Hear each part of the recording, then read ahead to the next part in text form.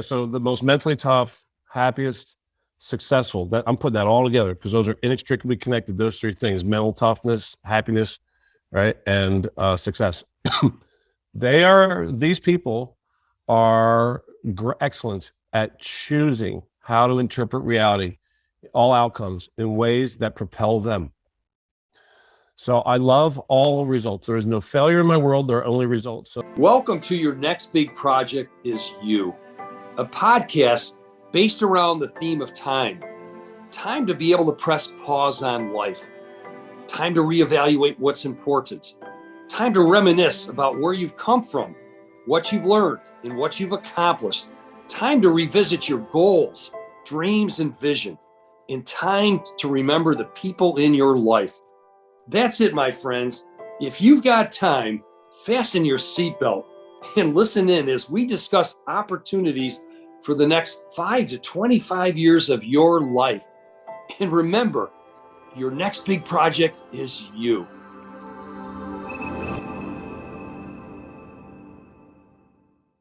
I'd like to welcome everyone to our podcast today. Your next big project is you.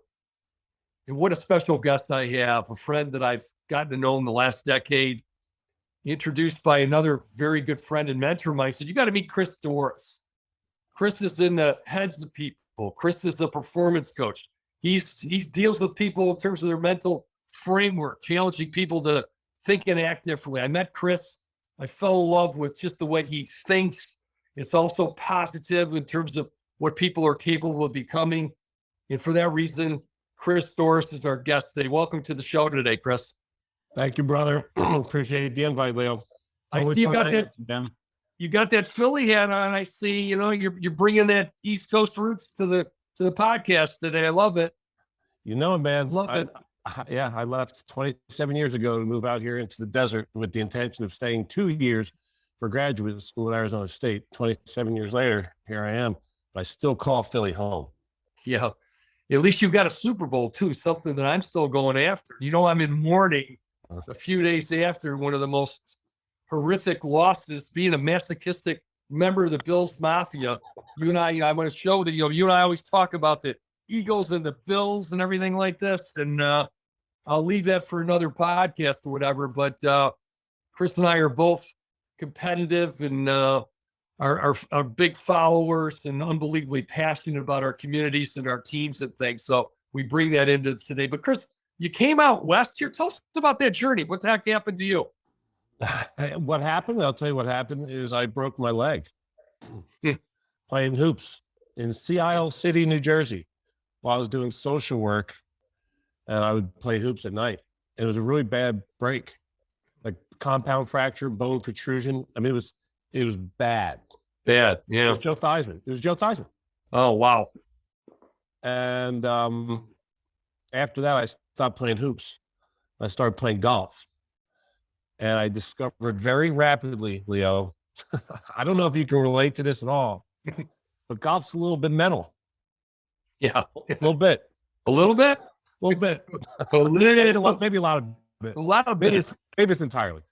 Yeah, exactly. And it didn't take me long to discover how mental it was. And it was at that point that I finally got clarity, because I felt like I was floundering after college. I didn't know what I wanted to do. I did know it was going to be in service to humans. I did have that clarity, but that's all the clarity I had. I had no more specifics than that. But after I, really got into golf, I realized, this is the ticket, man. I could combine my two biggest passions, which are human potential and sports. So I moved out here to Arizona to go to Arizona State University to get my master's degree in counseling with a specialization in sports psych. And I created an internship, which is a cool story. Maybe for another day, but I created an internship. Maybe it's not for another day. Maybe the stories are actually very relevant. Let's hear it today. Let's not have it for another day. Why put it off? All right. So this is another thing in answer to what happened to you. Well, here's what happened to me after I got here. And it was time in the master's program to start doing what's called a practicum or an internship, whatever. So it's a counseling psychology program. I just went and did my own, studies in sports psychology. I still wanted to study psychology as opposed to exercise science and physiology. we needed to do an internship to get our master's degree. And everybody typically would go work for like mental health agencies. I had just done that in Atlantic City, New Jersey for 4 years.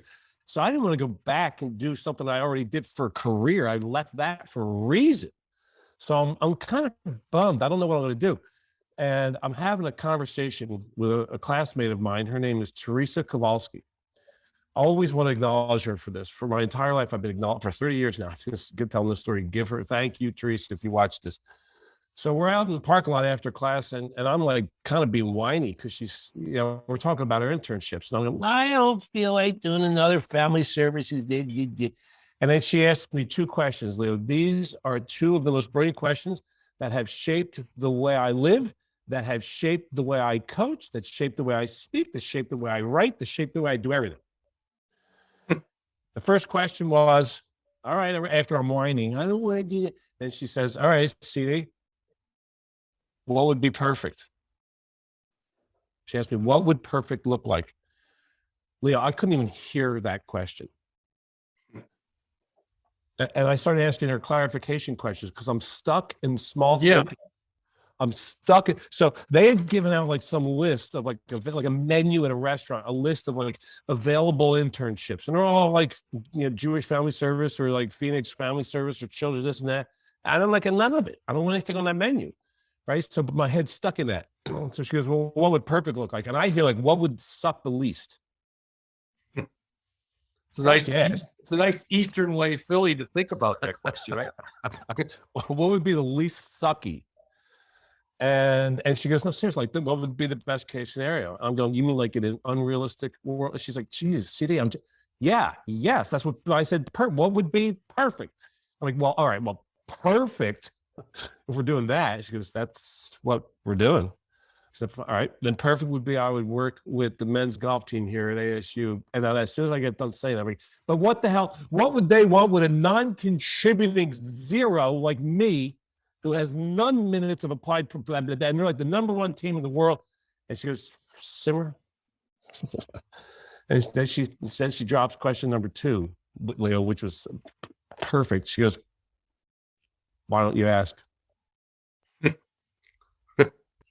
So simple, right? And I said, well, and I'm, oh, you're so pretty. This is D1, T. This is like, they're the best golf team in the world. And the women's team is the best women's team in the world. So they're like the powerhouse. They're like, and I'm going into like why would they want with me? And she's just waiting for me to get done with my stupid rant. And then she stands there. She's just staring at me. She's standing in the question, holding my feet to the fire. Good on her. So she dropped the question, waiting. I'm waiting for the answer. And I said to her, man, that's good. And I said, you know what? Up until this moment, the reason that I wouldn't have asked is because I wouldn't have even let myself entertain it as a possibility. Now that you got it out of me, if I don't ask, it's because I'm a coward. I ain't gonna be a coward. So I went and asked. I asked my supervisor, said, is that even a possibility? Like, would that count? If I could pull that off, would it even count? And he goes, hell yeah. Yeah, absolutely. It'll count. I just can't be your supervisor. You got to go find somebody with a licensed PhD who's done applied work with golf and sports psych. You got to find that. And you got to get the coach to say, yeah. I'm like, so you're saying I got a chance? I get a meeting with Coach Randy Line. I'm so nervous, Liam. I'm walking through the athletic department. Wow. Seeing, the coach, that's the football coach. I always see, and then, oh my God, Bill Frieder, basketball coach. I always see these guys on TV. I'm like, And I get a meeting with Randy. He's just the sweetest dude ever. And he's like, this sounds like a great idea. I said, did you miss the part where I don't know anything? He said, yeah, is my cowardice showing right now? Like, how do you like? I'm sorry. I didn't, you're right. I haven't finished my pitch yet. I didn't get to the part where I'm the non-contributing zero yet. But he said, yeah, you can start with the freshman. If it goes well, then we'll let you, we'll release you to work with the old team. I'm like, I can't even believe how easy that was. I'm walking out there going, you got to be kidding me. And a minute ago, I wasn't even entertaining this as a possibility. So now you got to go find somebody to supervise me. That was even easier. I go over to the sports psych department, which is all research. And I asked the guy, the head there, Dan Landers, famous sports psych research guy, the most famous sports psych research man in the world. And I asked, cool dude. And I said, hey, Dr. Landers, here's the deal. So I need to go find somebody who, who could do that. PhD, licensed golf, applied practice. And he says, walk across the hall, bro. Darwin Linder, Dr. Darwin Linder. He's right at his office, right? Ask him, he'll love it. So I go over and ask this guy. He's like, oh, that'd be great. I'm like, you've got to be kidding me right now. Wow. This is like the easiest thing I've ever done. Amazing. So like, it never existed, which is a surprise to me because it's such a phenomenal, but it's like 20-something years ago. There was never an internship for mental toughness training with the men's golf team, but I created it out of thin air, out of desire, out of inquiry, out of asking for, getting clarity on what I wanted. Yeah. Best case scenario, and asking for the damn thing. So then what happened after that is it went so well that the coach ended up hiring me for the next 10 years, paying me. And then all these guys go pro. And now they're on tour and now they're hiring me. It was like the fastest track ever to doing what I dreamt of doing, like back in Jersey, the Jersey Shore. Amazing. You know what's cool about that is for those people that don't golf that are listening, this is the school of Phil Mickelson. This is the school of it's John Rahm, the #1 golfer right now, right? So if you don't golf, think of Olympian, think of world class, think of best in class, think of all pros. This is one of the elite schools in the United States. And at the time, obviously when Chris was there, 2 fundamental questions. What does perfect look like? Why don't you ask? Now, I'm looking at that circle behind your head there, and I'm wondering why don't you ask in that theme of like I was a coward or whatever. I relate that, Chris, in my work to helping people. I say you lack emotional courage. That's the way I look at it. It's just, it's courage to go and talk to somebody, to ask to change your pricing because of your value, whatever world that I'm in at the time. But that word failure, I'm just, how is this path you've taken now of answering these 2 questions manifested in terms of what you're teaching? Because that's got to be something important for you to have a circle, failure, cross through it. Okay. So yesterday I was recording a video for one of the companies that I coach. And it was so this is the end of the fiscal year for a lot of the big companies that I coach. So there's like 3 days left. Today's what day is today? Thursday? Thursday's 2. Today and tomorrow, the last 2 days of the fiscal year, right? They're trying to close deals. We got 48 hours to get it done, to hit their numbers. Mayhem. Some will, some won't. Yeah. So this was a conversation for those who don't. This is a conversation for everybody in the world, though. All right. Failure. Well, could you pass me some failure? Could you just hand me can I get 2 failure from you? You got that? You can't do it. It's a concept. You can hand me a pen, but you can't hand me a failure. You can tell me a story about it, because that's all failure is a damn story. It's a construct. It's a way of interpreting a certain set of circumstances, particularly where we didn't get what we wanted. Now, if you want to even sniff mental toughness, then you better be all on top of the way that you're choosing to interpret reality, so that you're interpreting it in ways that maximize the probability of you creating excellence and doing it fast. Me believing in failure doesn't have me be amazing. So I reject that learning. I reject it, delete it. There is no failure in my world. I ain't got time for that. So instead, there's no such thing as failure. There are only results. And all results are beautiful to me, like beautiful buffalo. Wow. There's 2 categories of results. There's only 2 categories, man. Got what I wanted, didn't. I love them both. Thank God for when I don't get what I want. When I get what I want, everybody knows you get to celebrate. You get what you wanted, and that's obvious. Why that's good. What ain't so obvious because of the conditioning of our past is, how come it's so great? Wait, how is not getting what you want exactly as beautiful and valuable as getting what you want? What was that? Yeah, it's because when you get to growth. And we're designed for growth. Yeah, there's an author that wrote a book years ago around risking. If you don't risk, you'll never grow. If you never grow, you never become your best. Right? To do this, it's all being willing to interpret those results in a whole different headspace.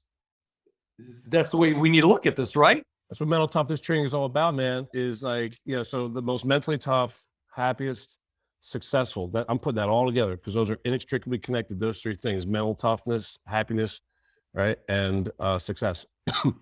These people are excellent at choosing how to interpret reality, all outcomes, in ways that propel them. So I love all results. There is no failure in my world. There are only results. So like talking to these people, like the salespeople who didn't hit their numbers, and I'm saying, how are you storing that? And how are you talking about with your team? What's the collective conversation going on? Are you going heads? Are you bummed? Because you ain't got time for that. It's already time. There's not even time to celebrate if you hit your numbers. It's already there. Your number just went up 20% for next year. Figure that out. Let's get started today. Right. So like we don't have time. And if you're committed, if you as a human being are committed to using your life to create excellence, then we don't have time for the whole construct of failure. We just don't have time for it. All right. So let's get to, so I create, here's another mantra. I create from all circumstances. Another version of that is every set of circumstances can be created from. Magic can be created, but only if viewed masterfully. So I can create from everything. So I don't lose. I can't lose. I get what I want. I win. I don't get what I want. I grow and create more miracles out of that. Winning all day. Wow. Chris, you've been such a lifelong learner. Now you're helping everybody else in the world to see things differently and the way they think and things. I know you've studied in India, you've brought things back, you've become an author. You've done so many things. Your daily dose is something I literally wake up to every day. And I know you got thousands of subscribers that if you don't know Chris's work, you should check out Daily Dose and every day get a burst of this passion and energy you're hearing right from Chris right now.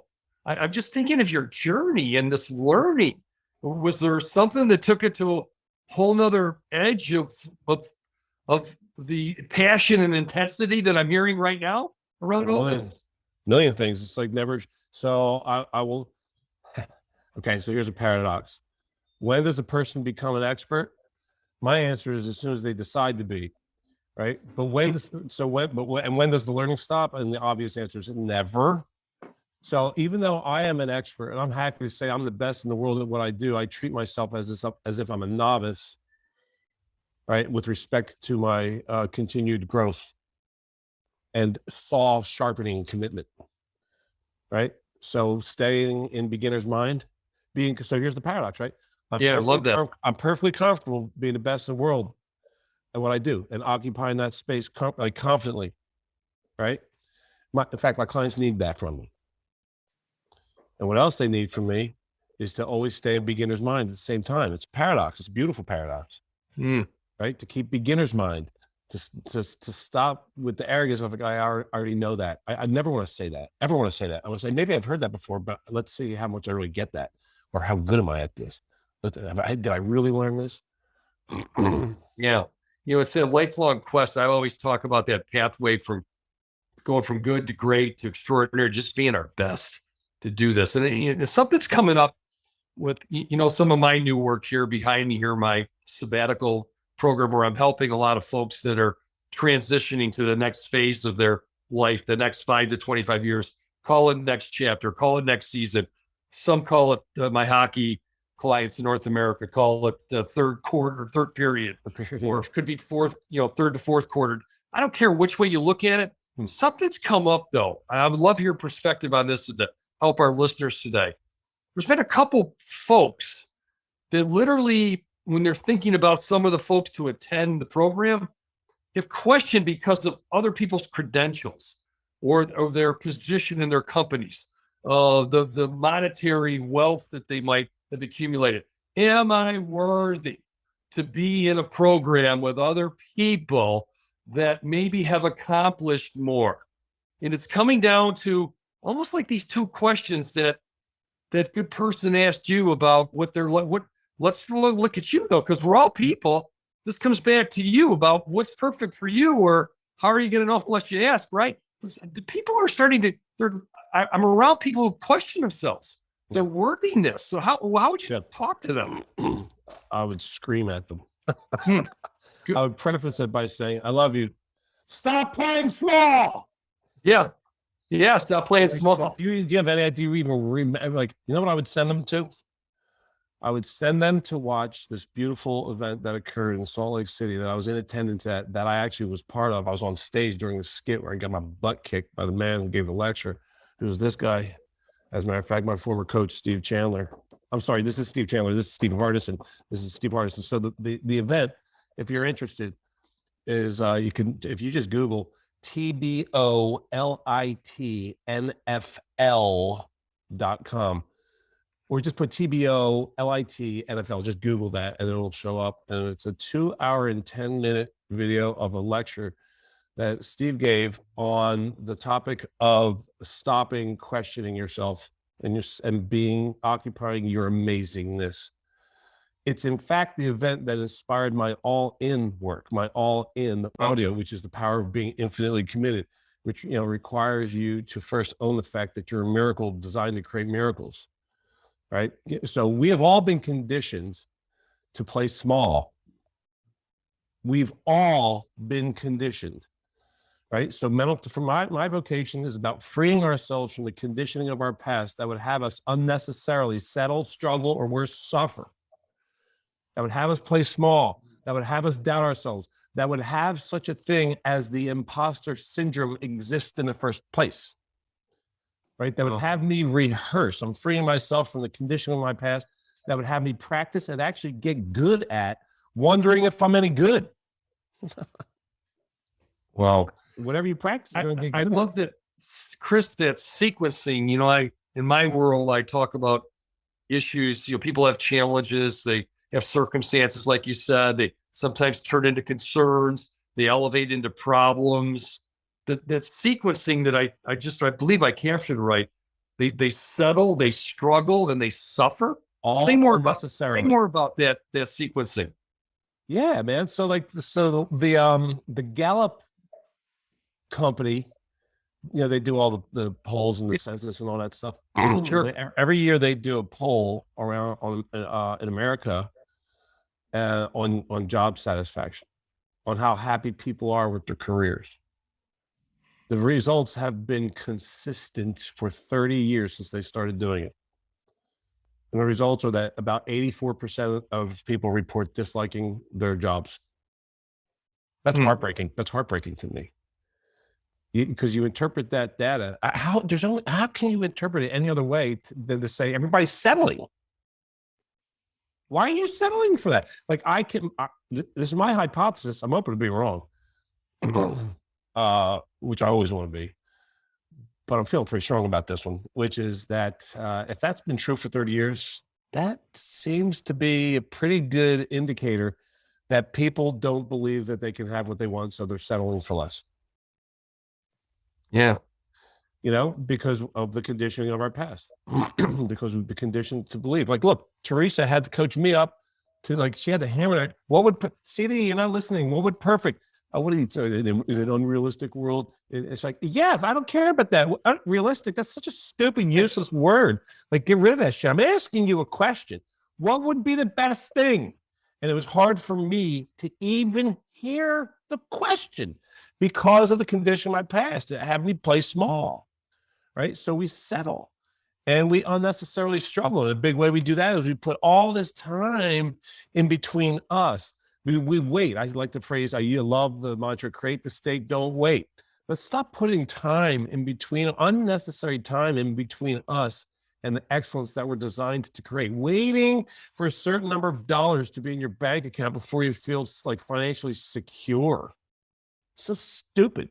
Waiting for a certain title to feel competent. Waiting to score 10 points before you decide this is a good game for me tonight. Yeah. All right. So we create struggle. There's all these reinforcers, these dumbass phrases that we hear and buy into. Well, no pain, no gain. I think that's one of the dumbest things I've ever heard. Nope. Really? How about you go study some human peak performance and show me the part where people in the zone talk about being painful? That ain't out there. It doesn't exist. Because when we're in the zone, when human beings are at their best, they feel amazing. They feel it's like it's effortless, right? They feel lightness of being. It's how everybody describes peak performance. So it's like no pain, no gain. So it needs to include struggle. So we unnecessarily settle, we unnecessarily struggle, and at worst, we unnecessarily suffer. We suffer by even just judging our pain, right? Pain is inevitable. Suffering is optional. That's a big one.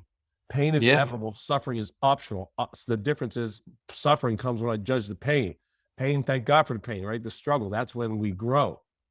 But we'd be conditioned to bastardize, right? To bastardize and to like just make the struggle horrible when it can be beautiful. Like when I'm doing burpees, saying, yes, good. Yes, because this is why am I doing a burpee? I'm getting in shape. So this is perfect. Yes, good. As opposed to, oh God, I hate these. It sucks.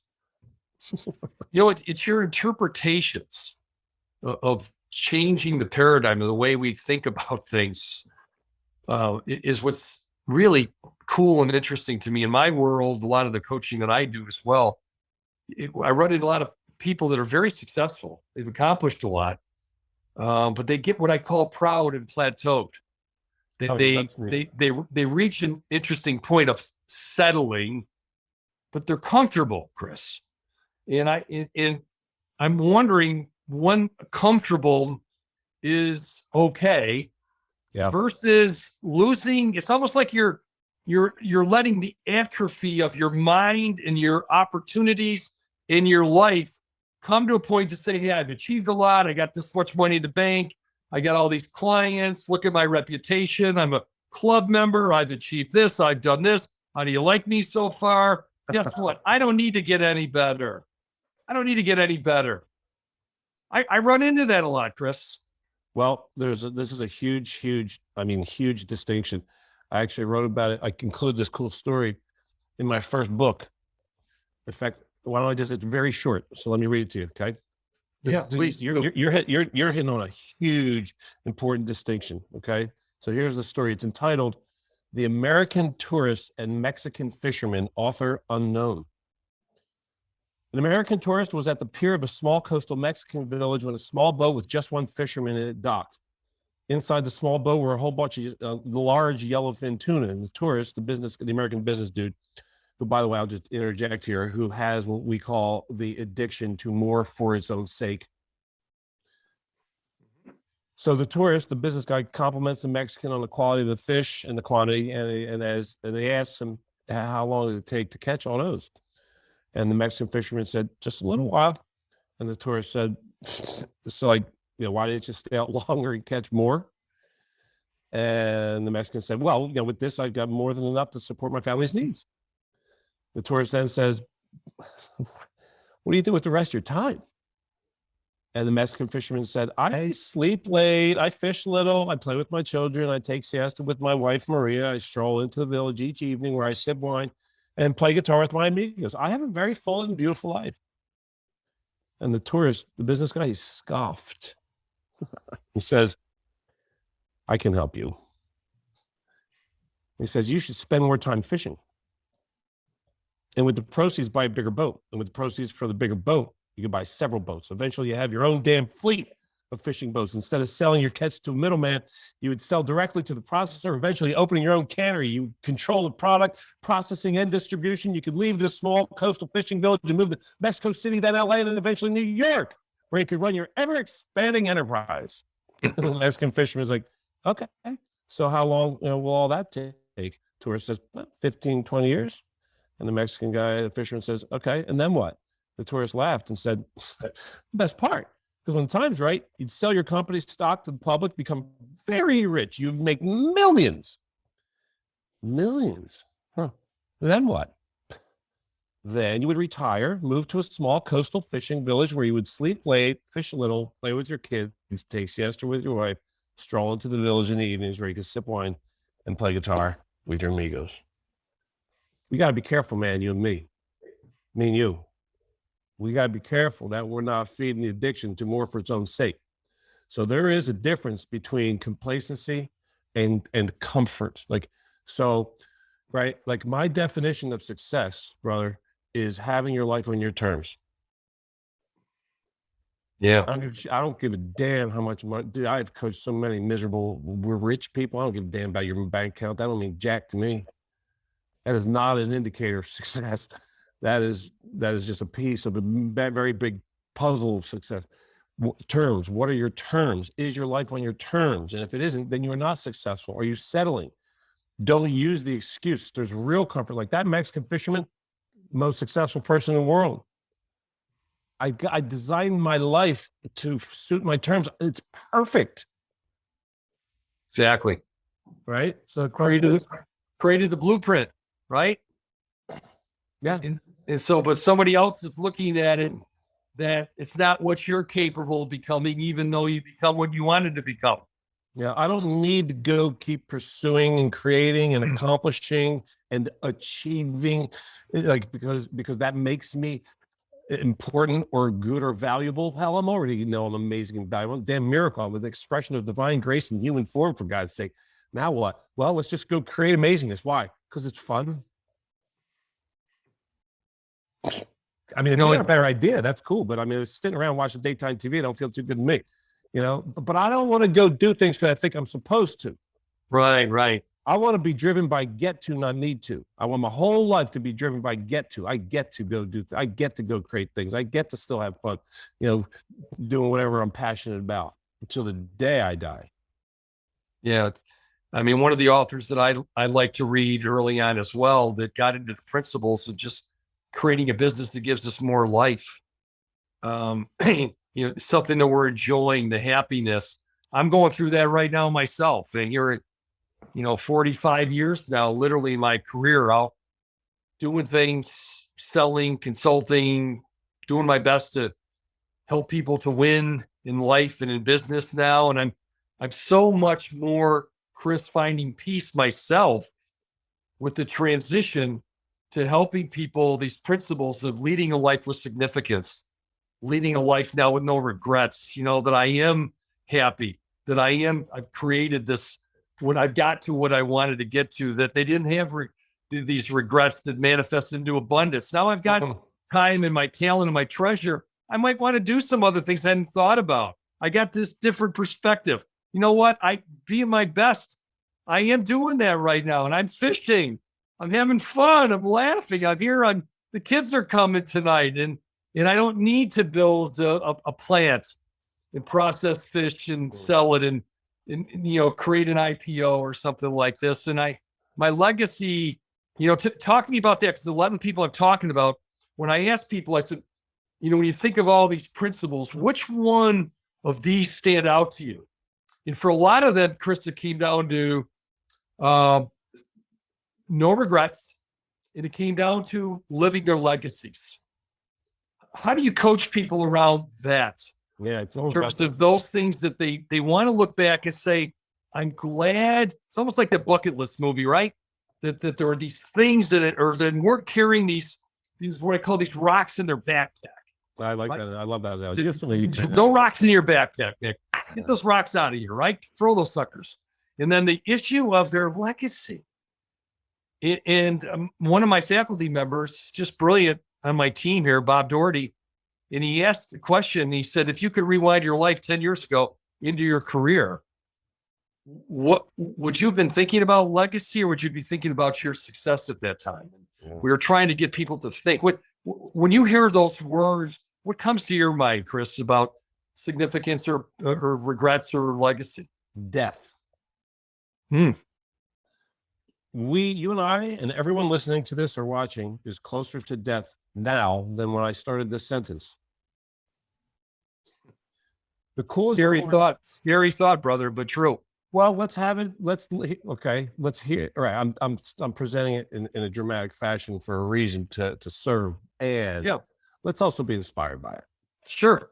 Right. Let's say, okay, so the coolest course that I ever took at any level of education was also in the master's program, right?